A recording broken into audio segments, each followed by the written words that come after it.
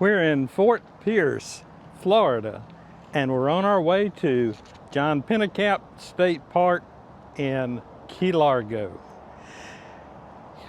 We're hoping things turn out fine with that. The weather had looked great for Key Largo for the last couple of weeks.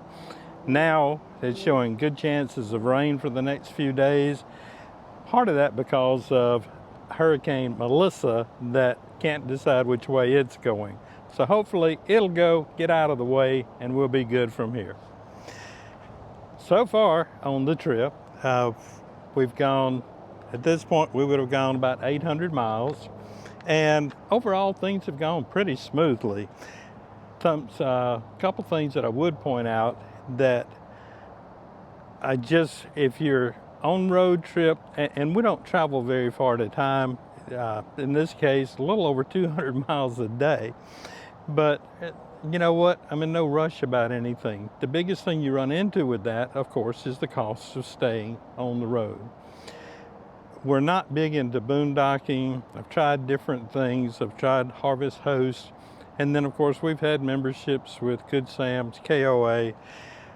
And this year, we've signed up with RV Life, which I found to be really great for planning and for getting reviews on parks.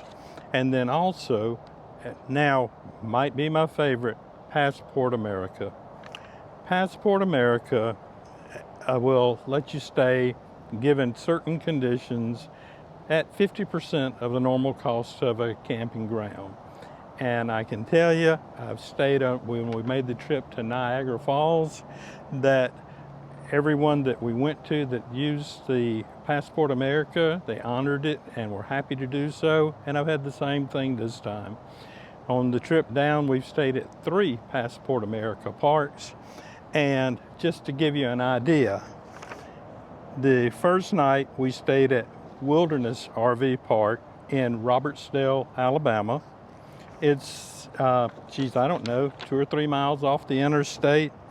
It's kind of rural, but they had full hookups. There was good spacing in between the places. No problem, very secure there. It cost $22.50 to be there that night. I can't hardly stay on the side of the road running my generator or running propane appliances and be able to stay for that price. The next night we stayed in Tallahassee, Florida at the Lakeside Travel Park. Well, that one cost me more money. That one cost me $25. And again, it was a nice park. It was, it was an older park, but it was neat, it was clean. Biggest problem that I would give with that one, it was very close to a busy highway, and there was a lot of road noise throughout the night. So even with the air conditioner running and with the TV on, you could still hear traffic noise out there.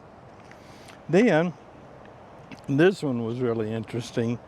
In Citra, Florida, just outside of Ocala, Florida, we stayed at Sun Retreats, Ocala Orange Lake. This place, from the outside, when you drive in and look around, is just stunning. Just beautiful oak trees and Spanish moss hanging, and paved roads throughout, concrete spaces, sites. The only thing that I could give you anything in a negative about the place is there were some cases where there was some deferred maintenance and that their Wi-Fi was about non-existent. But for the park, that with all these positives, beautiful lake out there, of course we're just driving to and parking for the night, so we're really not getting to enjoy all these things. But that park cost us $32.50 a night. Regular price, $65. In each one of these cases, it's a half price that I paid. So between them, you're looking at, gee whiz, 30, 60, what, 80, 85 bucks, just rounding in my head real quick. That we just saved, and we've stayed at places that were nice, and that makes it to where you can afford to drag your trip out a little bit longer than pushing it another 100 miles a day to be able to cut another day out of the trip. So we've really enjoyed these. Today we're at Treasure Coast RV Park and Campground in Fort Pierce, Florida. This is not a Passport America park. It is a very nice park, but it is $70 a night. So I do miss my Passport America parks. One other thing that I meant to mention, in Tallahassee, when we left the campground that morning, and all of these campgrounds have been within, 2-3 miles of the interstate, extremely convenient. But when we left the campground, we stopped at a little convenience store, filled up with fuel, and as we were getting in the motorhome, Donna took a look and she says, "That tire looks low." Well, it's kind of common on these tires. They tend to look low, and she said that before, and I've checked the air in them and they were fine. But I got out my air measurer and walked out and checked, and sure enough, one of them had no air in it. So, good news, we were a half mile from being on the interstate. We were still in Tallahassee, and then when I Googled a tire repair place, there was one within a half mile. Went there, they got to me within, 15-20 minutes.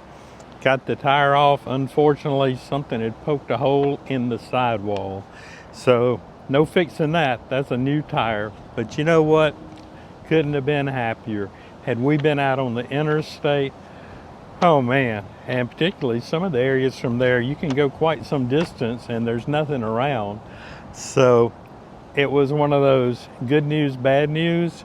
Yeah, bad to have the tire problem, because if you've watched any of my videos, you know what a problem I've had with tires.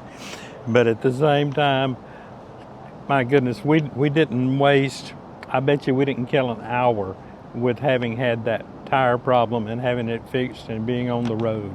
Pretty amazing. So with that, hopefully that'll be the end of the problems and we're on the road again.